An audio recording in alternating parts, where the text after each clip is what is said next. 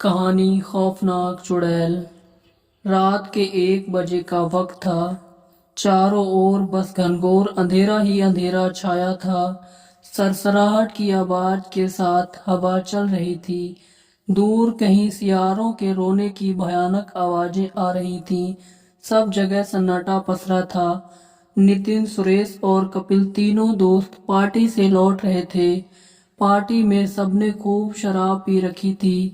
काफी समय बाद तीनों दोस्त आपस में मिले थे, तो एंजॉय करना तो लाजमी था। तीनों दोस्त शहर से काफी दूर पार्टी में आए थे। यह पार्टी उनके किसी खास रिश्तेदार ने यहाँ रखी गई थी। लौटते वक्त तीनों आपस में बातें कर रहे थे। उन्हें जंगल से होकर गुजरना था। दरअसल उनके घर लौटने का रास्ता ही जंगल से होकर गुजरता था। जंगल बहुत घना और गहरा था। लोगों की मान्यताओं के अनुसार इस जंगल में रास्ता कोई भी अगर भटक जाए तो फिर उसका वापस लौटना नामुमकिन होता है, और रात के बस इस जंगल से गुजरना मानो मौत के मुंह में जाना है। लेकिन इस सब से अनजान तीनों यार उसी रास्ते से सफर कर रहे थे। सुरेश गाड़ी तेज चला। नितिन बैलगाड़ी की तरह क्यों चला रहा है? अरे नितिन 80 की स्पीड से भाग रही है, इसे क्या फाड़ की स्पीड में चलाऊं?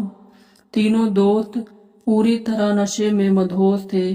कपिल तुम चुप रहो, सुरेश गाड़ी नितिन को चलाने दो। सुरेश मानना पड़ेगा यार, आज तो मजा आ गया है ना?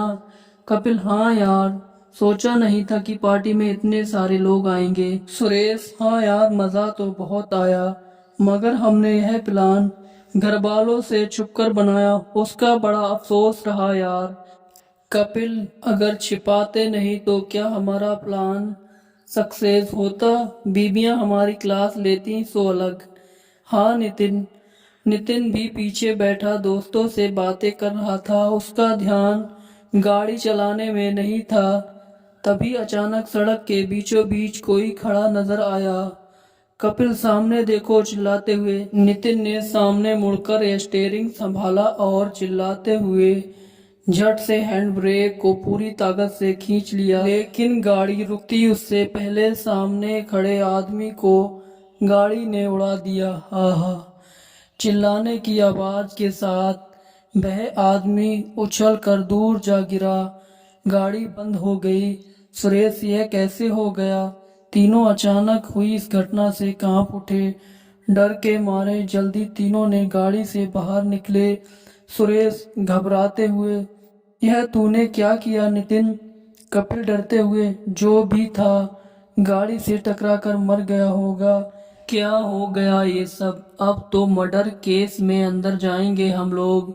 सीधा केस बनेगा कि शराब के नशे में किसी को गाड़ी से उड़ा दिया। चुप हो जाओ तुम दोनों, नितिन चिल्लाते हुए बोला। नितिन हमने जानबूझकर कुछ नहीं किया, जो हुआ अचानक हुआ, इसमें हमारी कोई गलती नहीं है। कपिल लेकिन अब हम क्या करेंगे? नितिन सबसे पहले तो उस आदमी को ढूंढते हैं जो गाड़ी से टकराया था। अगर जिंदा हुआ तो हम उसे हॉस्पिटल लेकर जाएंगे। सुरेश पर मुझे यह सही नहीं लगता कि वह बचा होगा। गाड़ी बहुत फास्ट थी, उसका मरना तो तय है। साले को हमारी गाड़ी के आगे ही मरना था। नितिन शांत हो जाओ। कपिल ठीक है, चलो उसे ढूंढते हैं। तीनों दोस्त आसपास ढूंढने लगे, लेकिन धुंध के कारण कुछ नजर नहीं आ रहा था। तीनों काफी देर तक सड़क के किनारे उसे ढूंढते रहे। झाड़ियों में छानबीन की मगर कुछ भी नहीं मिला, तो थककर वहीं बैठ गए।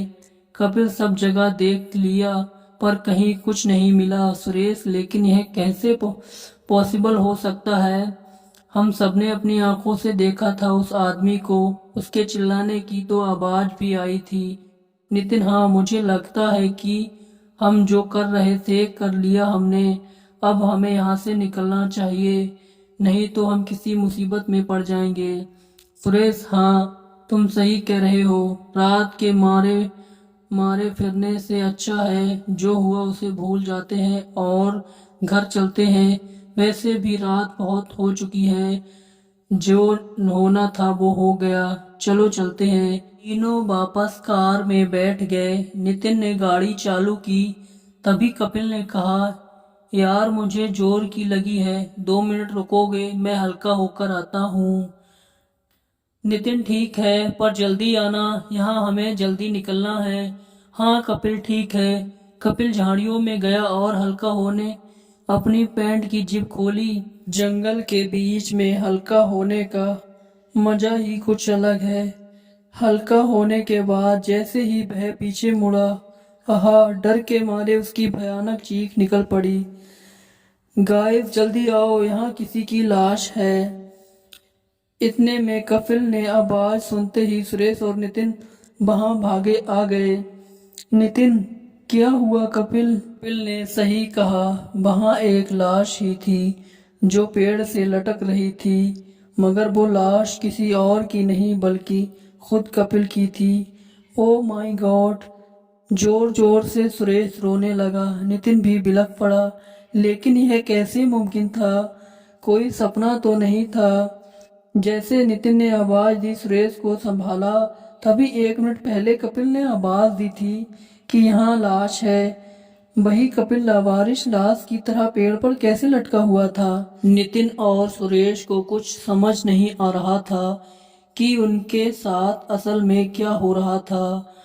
दोनों निशब्द होकर एक दूसरे की ओर देख रहे थे। ऐसा अनुभव कभी भी पहले उन्हें जिंदगी में नहीं किया था। सुरेश का रो रो कर बुरा हाल हो गया था, उसका गला भी सूख गया था। सुरेश, ये क्या हो गया? कैसे हो गया?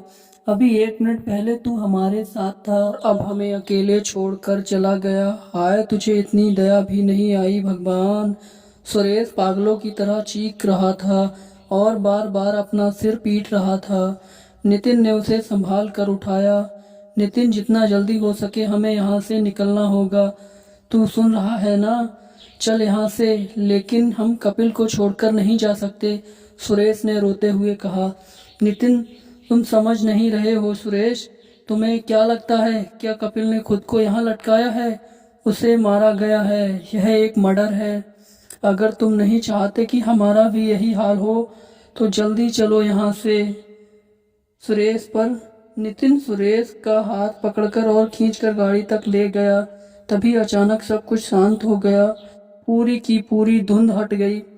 अब तक जो कहीं सियारों के रोने की आवाजें आ रही थीं बंद हो गईं।